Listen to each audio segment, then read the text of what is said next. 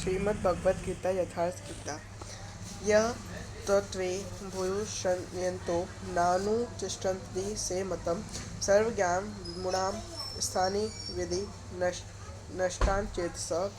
जो दृष्टि वाले अचेतसः मोह निशा में अचेत लोग मेरे इस मत के अनुसार नहीं बरतते, अर्थात धन्यास्त होकर आशा, ममता और स्थान संता पर रहित होकर समर्पण के साथ युद्ध नहीं करते, सर्व ज्ञान विमूढ़ान ज्ञान पथ में सर्वात मोहित उन लोगों को तू कल्याण से भ्रष्ट हुआ ही जान। जब यही सही है तो लोग करते क्यों नहीं? इस प्रकार कहते हैं, सदृशं चेष्टते स्वस्या प्रकृते चेष्टते स्वसा प्रकृते ज्ञानवानपि प्रकृतं यान्ति भूतानि निग्रहं ने किम करिष्यति। सभी प्राणी अपनी प्रकृति को प्राप्त होते हैं, अपने स्वभाव से परवश होकर कर्म में भाग लेते हैं। प्रत्यक्षदर्शी ज्ञान भी अपनी प्रकृति के अनुसार चेष्टा करता है।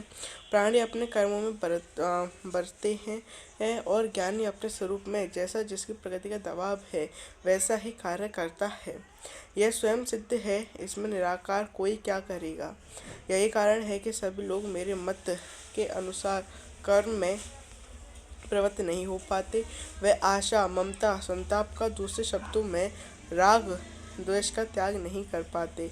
जिसके कर्म का सम्यक आचरण नहीं हो पाता, इसी को और स्पष्ट करते हैं और दूसरा कारण बताते हैं।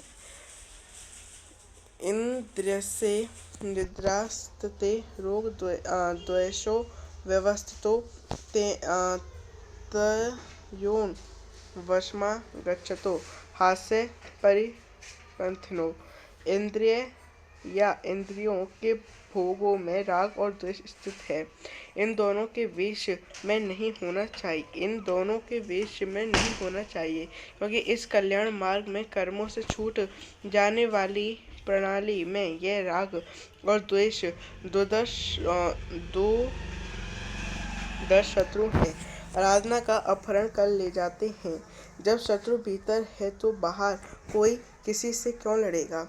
शत्रु तो इंद्रियां और भोगों में संसर्ग में है, अंतःकरण में है। अंततः ये युद्ध भी अंतःकरण का युद्ध है, क्योंकि शरीर ही क्षेत्र है जिससे सजातीय और विजातीय दोनों प्रवृत्तियां, विद्या और अविद्या रहती हैं, जो माया के दो अंग हैं।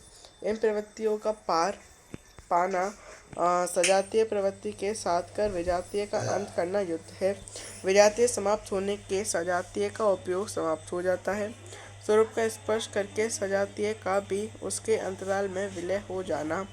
इस प्रकार प्रकृति का पार पाना युद्ध है, जो ध्यान में ही संभव है। राग और द्वेष के शमन में समय लगता है, इसलिए बहुत से साधक क्रिया को छोड़कर सहसा महापुरुष की नकल करने लग जाते हैं। श्री कृष्ण इससे सावधान करते हैं। श्रेया न स्वधर्मो विगुणः परधर्मा तस्वनिष्ठतात् स्वधर्मे निंदनम श्रेय परधर्मो भयावह। एक साधक 10 वर्ष में साधना में लगा हुआ है और दूसरा आज साधना में प्रवेश ले रहा है। दोनों की क्षमता एक जैसी नहीं होगी। प्रारंभिक साधक यदि उसकी नकल करता है तो नष्ट हो जाएगा। इसी पर श्री कृष्ण कहते हैं कि अच्छे प्रकार आचरण किए हुए दूसरे धर्म के से गुण रहित भी अपना धर्म अधिक उत्तम है। स्वभाव से उत्पन्न कर्म में प्रवृत्त होने की क्षमता स्वधर्म है। अपनी क्षमता के अनुसार कर्म में प्रवृत्त होने से एक साधक एक न एक दिन पार पा जाता है। अतः स्वधर्माचरण में मरना भी परम कल्याणकारी है। जहाँ से साधन छूटेगा, शरीर मिलने पर वहीं से पुनः प्रारंभ होगा।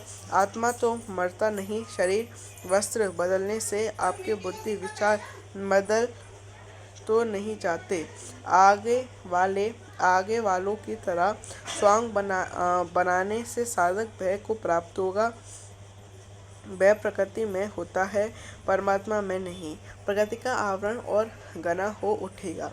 इस भगवत पथ में निकल का बाहुल्य है।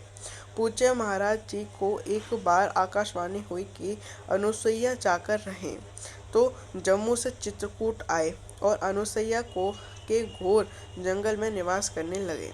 बहुत से महात्मा उधर से आते जाते थे। एक ने देखा कि परमहंस जी दिगंबर नंग दृढ़ निवास करते हैं, उनका सम्मान है, तो तुरंत उन्होंने कोपिन फेंका, दंड कमंडल एक अन्य महात्मा को दे दिया और दिगंबर हो गए। कुछ काल बाद आए तो देखा कि परमहंस जी लोगों से बात भी करते हैं, गालियां भी देते हैं। महाराज जी को आदेश हुआ था कि भक्तों को कल्याणार्थ कुछ ताड़ना दिया करें।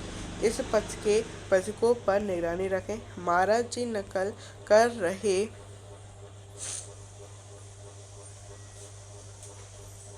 कर वे महात्मा भी गालियां देने लगे, किंतु बदले में लोग भी कुछ न कुछ कह बैठते थे। वे महात्मा कहने लगे, वहाँ कोई बोलता नहीं, यहाँ तो जवाब देते हैं। दो एक साल बाद लौटे तो देखा कि परमहंस जी गद्दे पर बैठे हैं।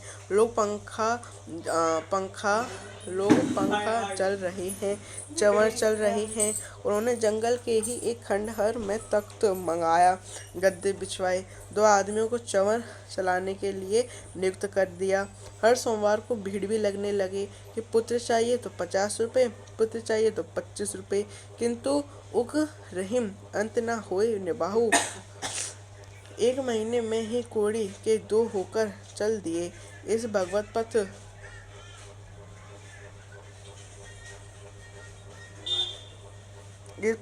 में नगर साथ नहीं देता। साधक को स्वधर्म का ही आचरण करना चाहिए। स्वधर्म क्या है? अध्याय 2 में श्री कृष्ण ने स्वधर्म का नाम लिया कि स्वधर्म को देखकर भी तो युद्ध करना योग्य है। क्षत्रिय के लिए इससे बढ़कर कल्याणकारी मार्ग नहीं है।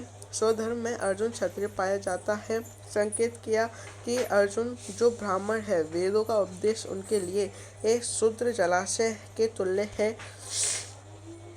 तो वेदों से ऊपर उठ और ब्राह्मण बन, अर्थात स्वधर्म में परिवर्तन संभव है। वहाँ पुनः कहा कि रोग द्वेष में वश में न हो, इन्हें काट, स्वधर्म श्रेष्ठकर है।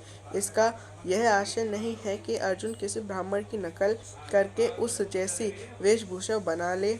एक ही कर्मपथ को महापुरुष ने 4 श्रेणियों में बांट दिया: निकृष्ट, मध्यम, उत्तम और अति उत्तम। इन श्रेणी के साधकों को क्रमशः शूद्र, वैश्य, क्षत्रिय और ब्राह्मण की संख्या दे। शूद्र वाली क्षमता से कर्म का आरंभ होता है और साधना कर्म में वही साधक ब्राह्मण बन जाता है।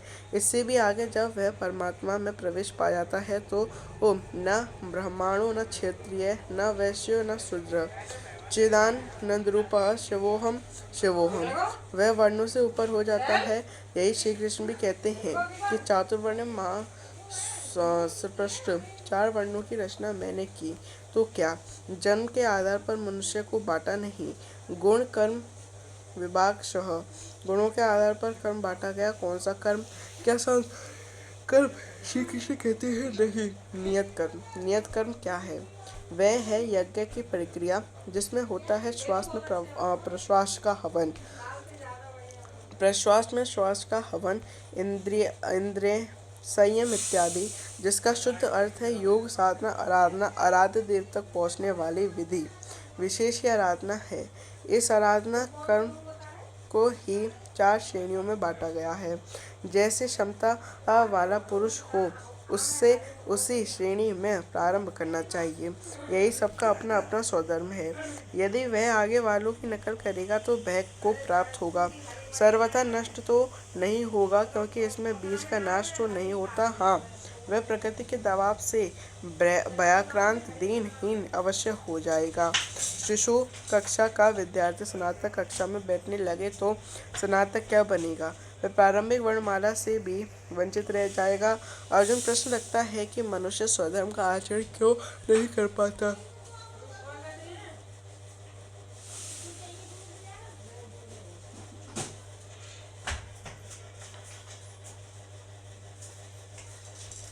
अर्जुन उवाच अथ प्रयोक्तं पापं चरित पुरुषः अनिच्छत् पानि वासने बलादेव नियोजितः। हे श्री कृष्ण, फिर यह पुरुष बर बस घसीटकर लगाए हुए के सदृश ना चाहता हुआ भी किसकी प्रेरणा से पाप का आचरण करता है, आपके मत के अनुसार क्यों नहीं चल पाता। इस पर योगेश्वर श्री कृष्ण कहते हैं, श्री भगवानुवाच काम ईश क्रोध ईश रजो गुण समुद्रव महाशनो महापापमा विद्ये न हिम वेरिणम। अर्जुन, रोज रजोगुण से उत्पन्न यह काम और यह क्रोध अग्नि के समान भोग भोगने से कभी न तृप्त होने वाले बड़े पापी हैं। काम, क्रोध, राग, द्वेष के ही पूरक हैं। अभी मैं जिसकी चर्चा की इसके विषय में तू उनको ही शत्रु जान। अब इनका प्रभाव बताते हैं। दुमेन वीर्यते वीर्यः था दशो मलिन च यथो लभेन व्रतो गर्भस्था तेने दमाव्रतम। जैसे धुएं से अग्नि और मल से दर्पण ढक जाता है, जैसे जेर से गर्भ ढका हुआ है, ठीक वैसे ही काम क्रोधादि विकारों से यह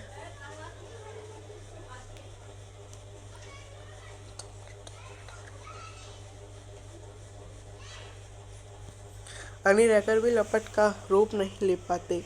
मल से ढके दर्पण जिस प्रकार प्रतिबिंब स्पष्ट नहीं होता, झिल्ली के कारण जिस प्रकार गर्भ ढका रहता है, वैसे ही इन विकारों के रहे परमात्मा का प्रत्यक्ष ज्ञान नहीं होता। आवृतम ज्ञान में तीन ज्ञानिनो नित्य वरिणाम काम रूपेण कौन्ते दुर्प्रश्न लेंच।